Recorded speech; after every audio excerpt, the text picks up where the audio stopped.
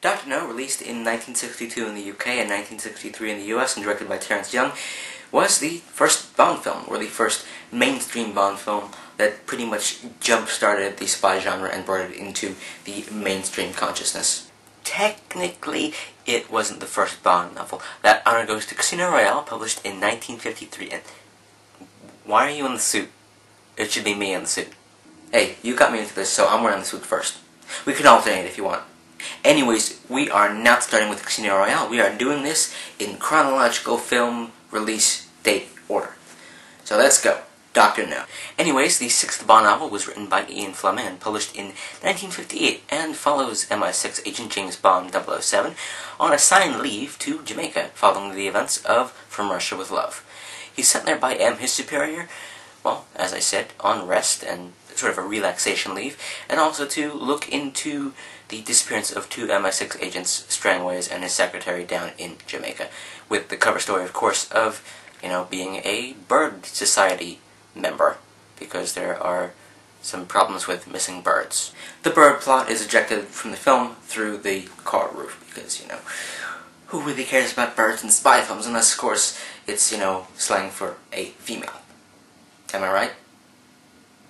Anyways, Bond discovers the eponymous Dr. No, foils his plot, and, of course, gets Honey Rider, the first Bond girl of the films. The novel's the most straightforward, as it takes place in one location, Jamaica, and has one big set piece, No's Fortress, and, of course, the fighting and the what-have-you that goes on there. The film pretty much follows the novel plot point for plot point, but you've got some detailed changes here and there because, it is an adaptation. For example, you got the fact that they added in Jack Lord over there as CIA agent Felix Leiter, who appears in some of the books, but not, of course, this one. You've got the fact that Honey's name has been changed. You've got Bond as more of a womanizer. There's also the fact that the Doctor, well, he isn't as fleshed out as he is in the novel.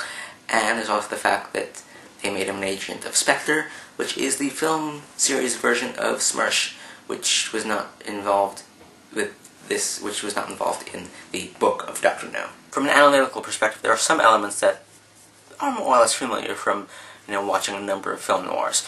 Namely, gender roles and insinuations. For example, Bond's gun, initially a Beretta, is called a ladies' gun, and it's replaced by, well, he trials a Smith & Wesson and a Walther PPK. So, you have that. There's also the fact that it jammed on the last mission, got stuck, yada yada yada, so there's that. There's also the fact that later on in the novel, Bond pretty much defers from taking a bath with Honey Rider, and she basically talks aloud and insinuates to herself that, maybe he's weak.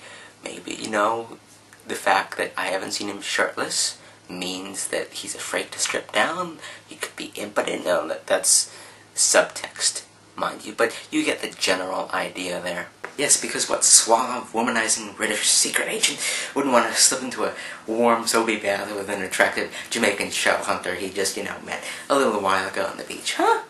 Jeez! Allow for a little fantasy here. Speaking of fantasy, there's also the exotic element. Why stay trapped in, stuffy, bureaucratic, rainy Britain when you can go to the fun, sunny, exotic mixing pot of Jamaica? Very true, because Bond does a bit of fondue sampling, if you catch my drift. There's Mrs. Trench after the Baccarat game. There's Mrs. Tarot, the secretary from the consulate office in Jamaica. And, of course, Honey Rider. Yes, taste of honey, cereal and regular sugar, yada yada yada. We get it. Was her name not a tip-off? I mean, look, she basically becomes a damsel by the end of the film. I mean, in the novel, she presents herself differently. She has a broken nose, she was raped, she carries a knife around, and she basically escapes from being imprisoned and runs into Bond. Meanwhile, in the film, she basically gets tied up and Bond has to rescue her. Then again, her dream job is that of a call girl, so make of it what you will. Well, what about No? He's more man than machine, and he has a pretty simple backstory. You mean his metallic hands? Yeah, those cannot beat metallic pincer claws, contact lenses, and the fact that he's a birth defect, a rare birth defect, mind you, where his heart is on the right side of his chest. Then again, in the novel, he's a bit more fleshed out because he has roughly 5 pages of expository backstory, where you find out more about his family and his background and how he became so rich, as opposed to the, few lines of dialogue that he has over dinner. Anyways, one timely thing that the film does well in terms of, adapting and updating is the fact that instead of Nose Goal being to simply crash, rocket launches and steal the secrets and sell them to foreign countries, he's actually crashing rockets to try to ruin the space program, the U.S. space program, the Mercury launches, of course. And, they toss in a little bit of fear of radiation, Kiss Me Deadly from probably about a decade back. But the radiation suits? Ha! They do look space-agey. But at least No's death is cooler than in the novel. I mean, what's a cooler way to go than, drowning in reactor fluid? Being buried in bird crap? Hell no. Well...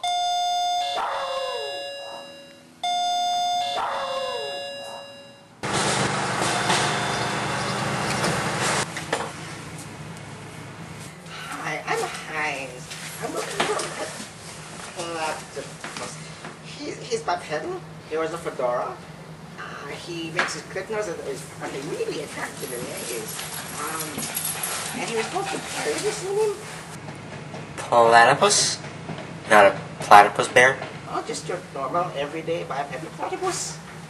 No, sorry. Best of luck.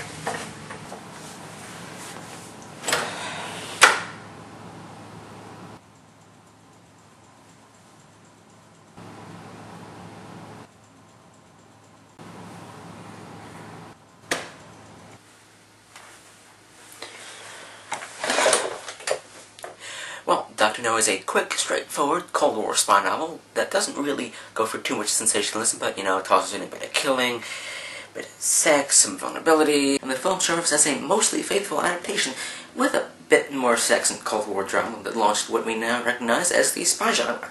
Next week, we visit Mother Russia, where films and books review you. Did you really just say that? Did say really just do me? That made your monogram? Yeah, I found Doofenshmirtz. By the by, if you want to check out some more Bond-related things, Haphazard Stuff has a whole series of Bond commentaries on his channel, and Sharon, the movie Moxie, is doing a Bondathon as well, so you can check her stuff out as well. Both channels are linked down there. See you next week.